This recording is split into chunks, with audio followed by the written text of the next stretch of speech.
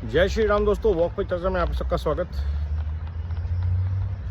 नोएडा में व्याप्त भ्रष्टाचार के ऊपर ईडी की रेड नोएडा के कुछ बिल्डर्स और नोएडा के भूतपूर्व सीईओ मोहिंदर सिंह के ऊपर पड़ी और 50 करोड़ रुपया, 50 करोड़, बोफोर्स कांड 64 करोड़ का था, ध्यान रखिए। 50 करोड़ रुपया कैश बरामद हुआ और आई एम श्योर बहुत सारे और हेरा फेरी के डॉक्यूमेंट्स, ज़मीनों की डील्स के कागज़ प्राप्त हुए होंगे। और ये जो बिल्डर इसमें से जुड़े हुए थे, उनका नाम सेंटा, जो कॉरपोरेशन उनकी कंपनी का नाम था।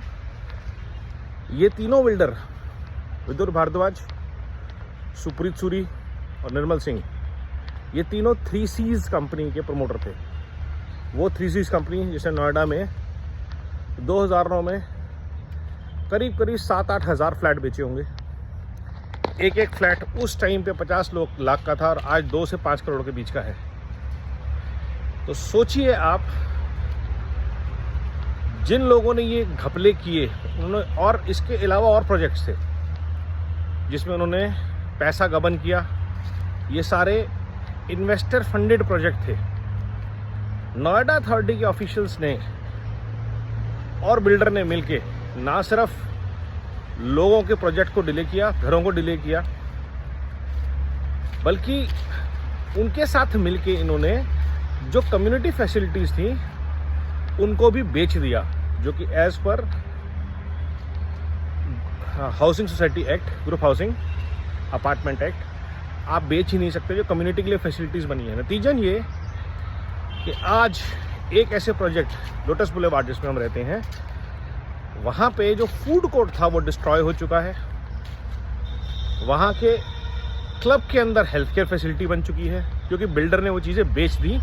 अब जिसने खरीदी उसकी मर्जी है, वो जो मर्जी करे, उसको डिज़ाइन से, फंक्शनैलिटी से कोई मतलब नहीं है। ना सिर्फ ये, एक जो बिजनेस यूटिलिटी के लिए प्रोजेक्ट बना हुआ था, जगह बनी हुई थी जहाँ पे बिजनेस सेंटर था, कम्युनिटी यूटिलिटी थी, उसको 2016 में पूरा नक्शा बदल गया। मैं बार बार बताता हूँ, पूरा नक्शा 2012 का पास नक्शा, जिसमें बिजनेस सेंटर था, जिसमें कुछ गेस्ट रूम्स थे, हेल्थ केयर फैसिलिटी थी, उसको पलट के इन्होंने पूरा का पूरा शॉपिंग आर्केड में कन्वर्ट करके 50 दुकानें बेच दी।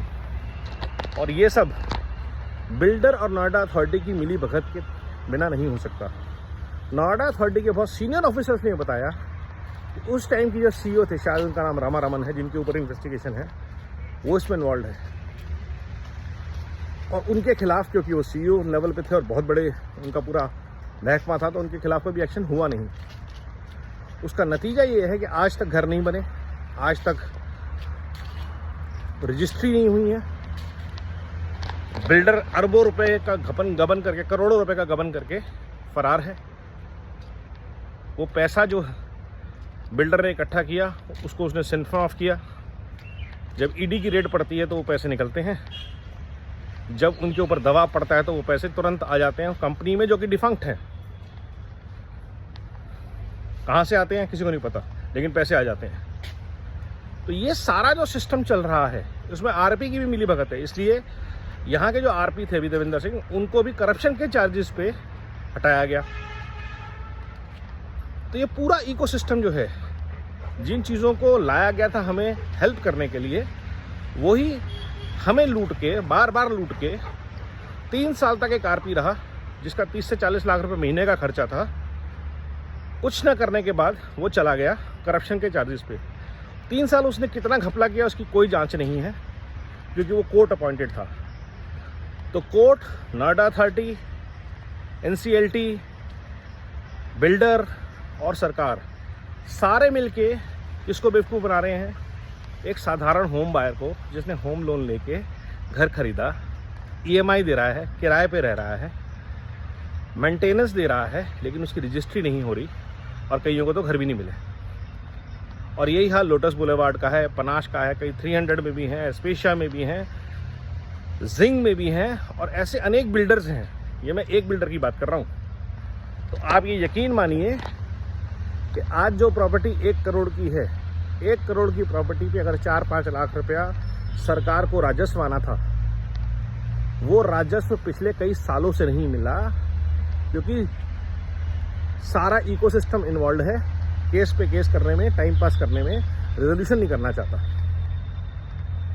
अगर आज सरकार चाहे तो ये सारे बिल्डर्स के पास सारे पैसे हैं, इनकी एसेट्स को लिक्विडेट कीजिए। नोएडा अथॉरिटी का काम है मकान को रजिस्टर करना, मकान को आप रजिस्टर कीजिए, बिल्डर से आप केस लड़ते रहिए। लेकिन नहीं, आपने सबको हैरेस करना है, पर्पस दूसरा है। तो जब तक ये इंटेंट रहेगी हम चीज़ों से निकल नहीं पाएंगे। और इसके ऊपर भी ये सारी गलती को प्रूव करने का दामोदर जो है वो होम बायर्स पे है कि आप प्रूव कीजिए कि घपला हुआ था, आप प्रूव कीजिए कि आपका हक है, आप प्रूव कीजिए कि ये नक्शा चेंज हुआ है। नोएडा अथॉरिटी ने कोई गलत काम नहीं किया।